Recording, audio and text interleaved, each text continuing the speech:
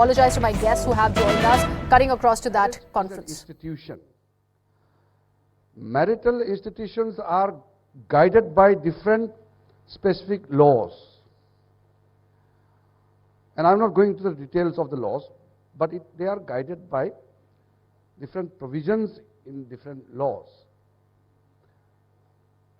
When it comes to institution, it has to be regulated by certain laws. The law must be enacted by the Parliament of India, because Parliament of India reflects the will of the people. Court can definitely interpret into many things. Court can also go into certain issues which require some clarity in terms of correct interpretation. We have no issue on that. The only issue with the government is marriage is an institution, it has a sanctity, and it must be backed by law which takes into account our traditions, our ethos, our heritage. There are so many things in our country. India is not a country which emerged suddenly. It is an ancient country with rich cultural tradition and all customary practices. So that is why our position is very clear on that. So one of the other interpretations that has happened recently is on the appointment of Chief Election Commissioner and Election Commissioners. The court seems to be of the view that in order to maintain neutrality and impartiality, they want to ensure that there is a committee comprising Prime Minister, Leader of the Opposition, and the Chief Justice. The government reckons this is an infringement because it's an appointment, it's an executive appointment. How do you see this constitutionality of appointment versus the political nature of appointments? First of all, you have to identify what are the issues which are administrative in nature, which are issues which are totally at the domain of judiciary.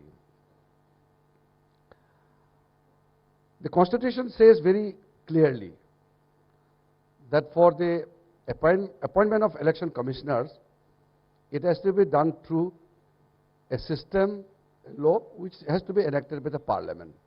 I agree that there is no enactment of any act on that. But that is at the domain of the legislature. The matter which came up in the Supreme Court is not because of some conflict or some kind of confusion.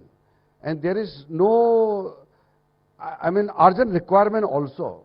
But somebody has gone and filed as PIL, and the Supreme Court took cognizance of that, and they delivered a judgment. When the Supreme Court or any court in India pronounce a judicial judgment, I should not comment on that. If I feel that there is encroachment into the domain of legislature or the executive, I will react in appropriate forum or initiate appropriate action. But on the basis of a judgment, I am not ready to offer a quick reaction to that. No, not just in the context of this, but even in the context of appointment of judges. This has been going on for a while now between the government and the court. Do you plan to bring any legislation which clearly demarcates when it comes to appointment of, because if the court is saying, in order to maintain neutrality, you have to have the Chief Justice on the panel to choose the Chief Election Commissioner, the government can argue the same for appointment of judges also. On the question of neutrality, the Constitution has given certain provisions.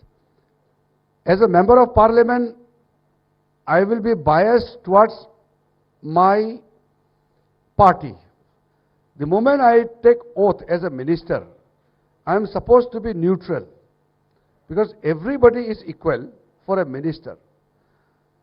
Whether you are a minister or election commissioner or your person in any of the constitutional authority, you are supposed to be or expected to be neutral. If every appointment is to be done by a committee which involves the Chief Justice of India or a judge, who will perform the judicial function? We all know that the total numbers of pendency in India is rising very fast. We are almost at 5 crore 90 lakhs pendency of cases. Now people are saying that so many cases are pending in the courts.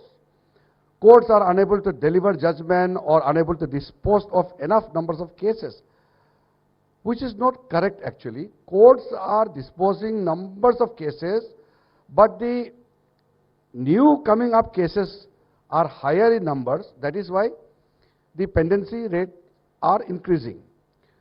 But just because the pendency rates are increasing, can government or the legislature say that we will take over judiciary? Because judiciary is unable to deliver the judgment or to finish off the pendency of cases. They should give up, and the legislature and the executive should take over the judicial work. It cannot happen. In a similar manner, the matter which are with executive or with the legislature should be left to them. There is a clear-cut demarcation of responsibilities amongst the three wings in the state. If you try to breach those thin lines, then it will precipitate a situation which will lead to crisis. It can be political crisis, constitutional crisis, or some kind of resentment.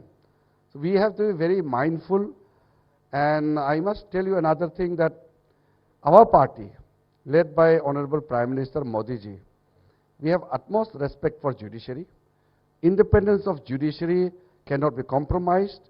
We have to strengthen judiciary, and we have been doing that. All this, the digitization which is going on in the Indian judiciary, all the technological supports being provided to the judiciary, during the peak of the pendency, Indian courts were still functioning. This is because under the e-courts phase 2, we have given adequate support to the Indian judiciary, and under the e-court phase 3, we have allocated 7,000 crore, which has been announced in the budget.